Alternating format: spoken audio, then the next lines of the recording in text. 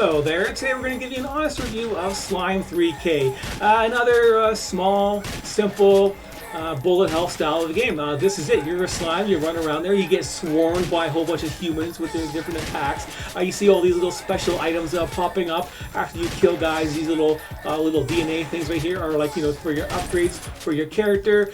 This is your shop right here. We'll get into that in a second. I didn't want to pick that one up right now. But yeah, there's like AoE, speed, shields, healing, and then your your upgrade system. But that's it. That's it. Yeah, these guys just swarm you. Big square map. After your experience bar gets full, the little shop drops down there, and then we can go pick up that stuff to upgrade it, and upgrade your character. And what this character uses for your slimes that you can use, it has this little card system right here. So these are supposed to be cards, and they're different levels. And this is your activity bar, and they automatically fire. So there's no point in clicking and shooting. It's just automatically firing everything.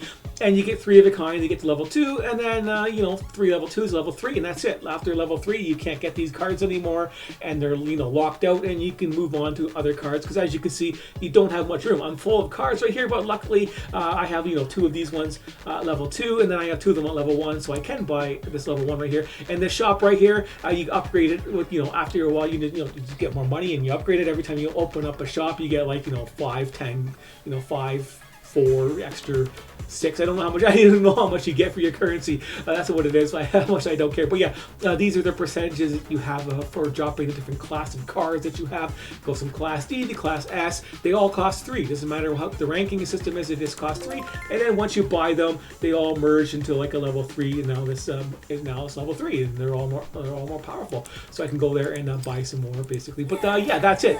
You can run around and collect all this stuff, and that's the whole point of getting upgrades in this game. So you can actually do all that extra attacks that I'm doing to slaughter all these guys nice and easily with the big AoEs that are popping off, and then I can just buy my cards to my heart's content basically. Don't have to think about it. They all just automatically merge together, and if you know what you're doing, you just gotta do that. Let's upgrade my deck, buy the next card that I want, and so on and so forth with your stuff. And yeah, no, I don't want any of those ones. But yeah. There you have it. That is the rundown of the gameplay of this. There is 10 levels. There's no hard mode or anything like that. It still says it's early access and stuff like that. So let's get over here, and I see a big group of guys over there. They're gonna help me guy faster. There you go. Now you got access to me. So I'll let these guys kill me. But yeah, as you can see how much guys that there are, you get tons of these guys here, and they can come into overwhelming numbers with special effects that lag your system up totally, horribly.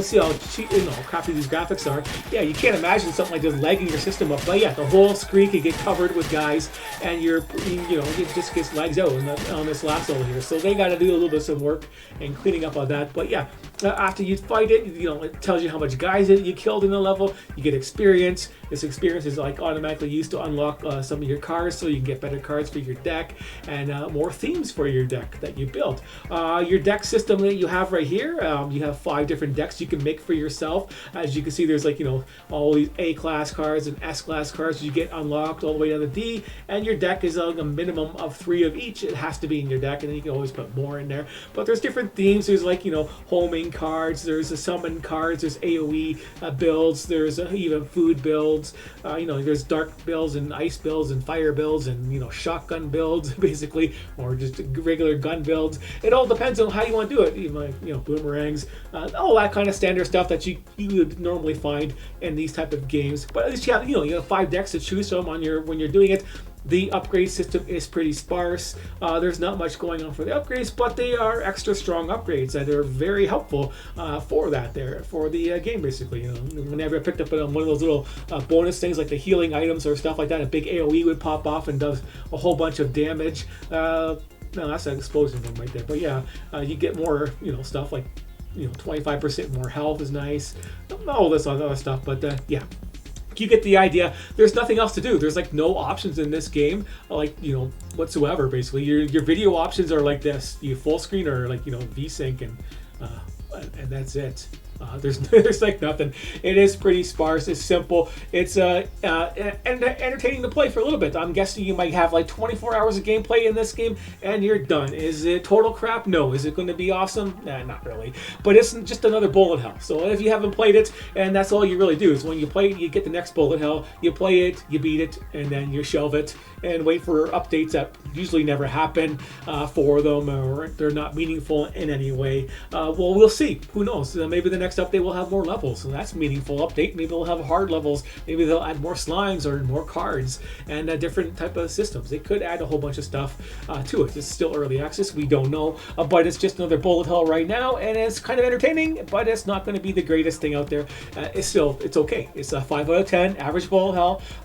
Definitely worth checking out and playing if you're going to play it for like 24 hours and you'd be done with it, and that's all they're really there for at the end of the day anyways. So a little bit of entertainment, and it was kind of entertaining for the little bit of time that I had with it, but I'm done now. Beat the last level, and there's nothing to do except for wait for updates, for me at least, on this one right here. And I won't be holding my breath for them. Just be something neat to do when they do get an update. That's what happens when it's just another average bullet hell. It's kind of neat, but it's not crap. So yeah, you decide for yourself, obviously, if you want to fork out any money for this, but it's okay in my opinion. It's an okay game to play for a little bit, and that's just my honest opinion. And thanks for watching. I will see you later.